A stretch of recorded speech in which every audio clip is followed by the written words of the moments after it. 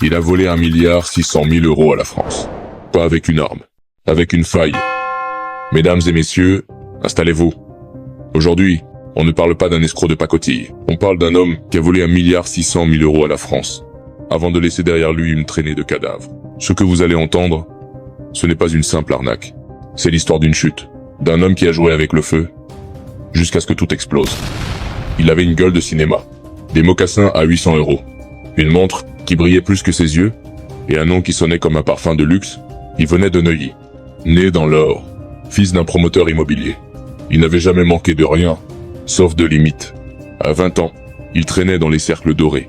À 30, il investissait. En boîte, en art, en femmes, en apparence, un trader parisien. En réalité, un prédateur. Nous sommes en 2008. L'Europe veut sauver la planète. Elle invente un marché du carbone. Si tu pollues, tu paies. Si tu triches, tu gagnes. Sauf que Mimran, lui, il voit une faille énorme. Il monte un stratagème diabolique. Acheter des quotas de CO2 hors taxe à l'étranger, les revendre en France avec TVA. Mais la TVA, il la garde. À chaque clic, 20% dans sa poche.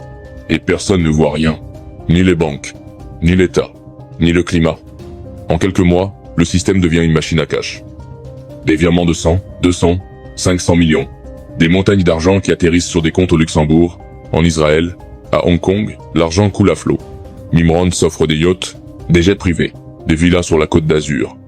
Il finance des campagnes politiques, fréquente l'élite internationale, organise des fêtes avec des stars américaines. Le système le croit invincible. En 18 mois, le pot de vin planétaire atteint 1,6 milliard d'euros. La France se serre la ceinture. Et lui, il dîne avec des stars. Et des morts. Parce que cette histoire ne s'arrête pas à l'argent. Les cadavres commencent à s'accumuler. D'abord Samy, abattu de 8 balles en pleine rue.